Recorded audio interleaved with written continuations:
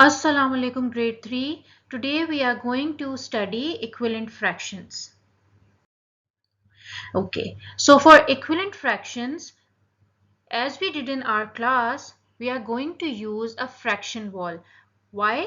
Because the fraction wall gives you a very good picture of how two fractions can be equivalent to each other.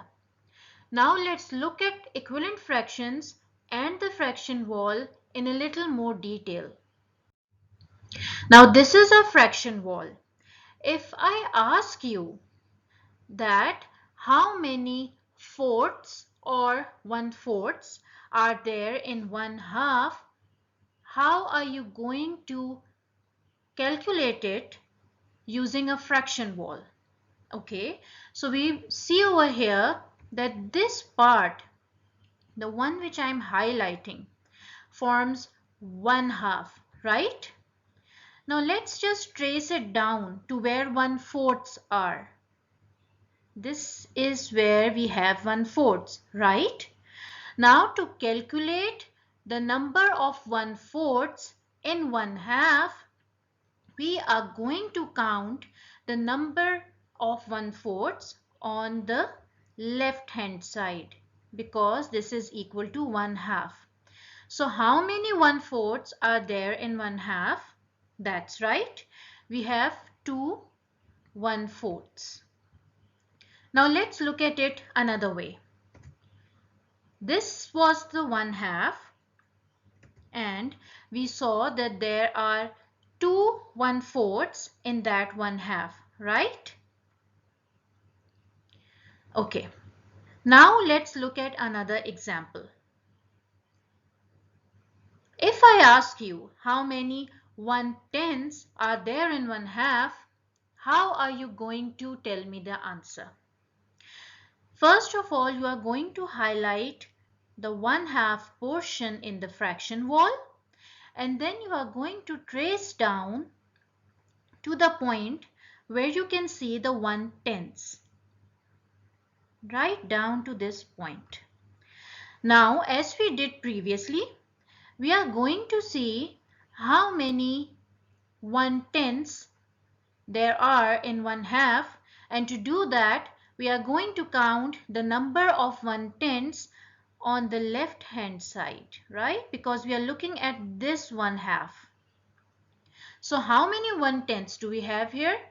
1, 2, 3, 4, 5. That's right. So we can say that there are 5 1/10 in 1/2.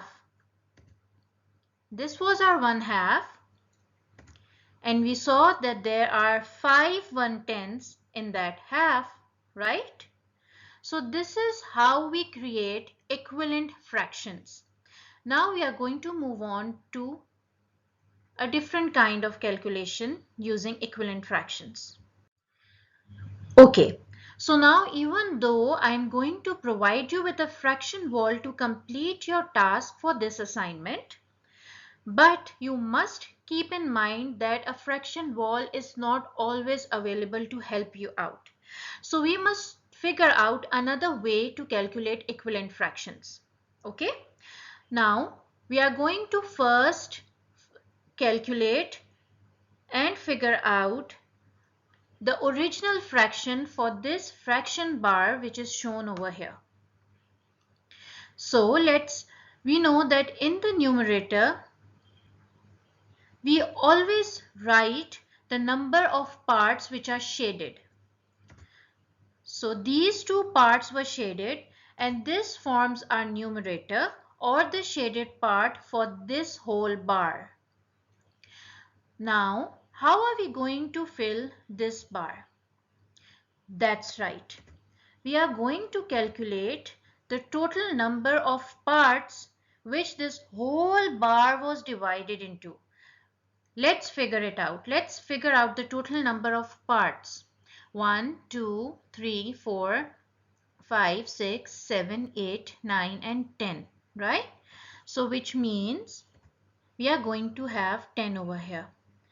Now the trick to calculate the equivalent of equivalent fraction for 2 upon 10 when we don't have a fraction bar is that we see the table, the multiplication table, which has both of these numbers, right? So when we recall the table of 2, we see that 2 ones are is 2 and 2 fives are is 10. So this is how we find the answer to this remaining blank over here. 5, right? We just calculated the equivalent fraction for 2 upon 10, which is 1 upon 5, right? Now, a quick way to check it is if I multiply both the numerator and the denominator by 2 over here, do we get 2 upon 10, right? So this is 2, 2 ones are 2 and 2 fives are, or 2 multiplied by 5 gives us 10, right? So this means that we have calculated the right equivalent for 2 upon 10. Now let's look at another example.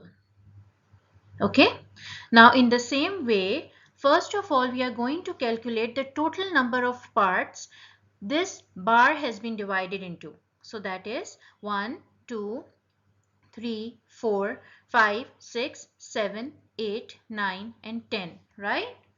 So we have 10 over here. Now how did we get this 8?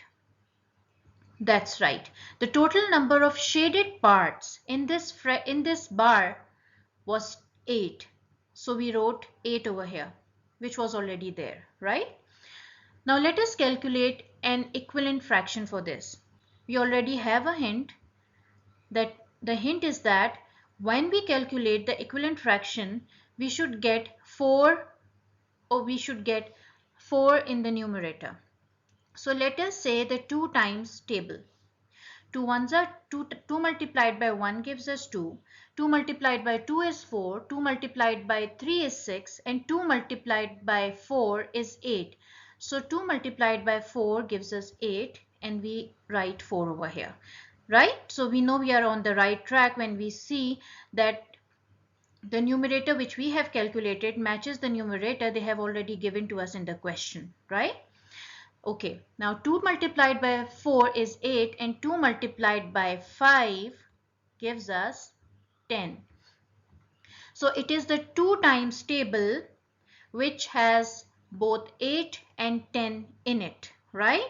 So we get 5 in the denominator and our answer is 5, and 4 upon 5 is the equivalent for 8 upon 10, right?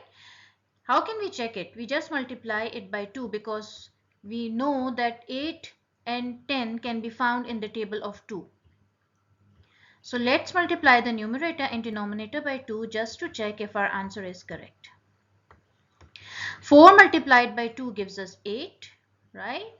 And 5 multiplied by 2 gives us 10. So we know that we calculated the right equivalent fraction for 8 upon 10. Now let's just quickly look at one last example.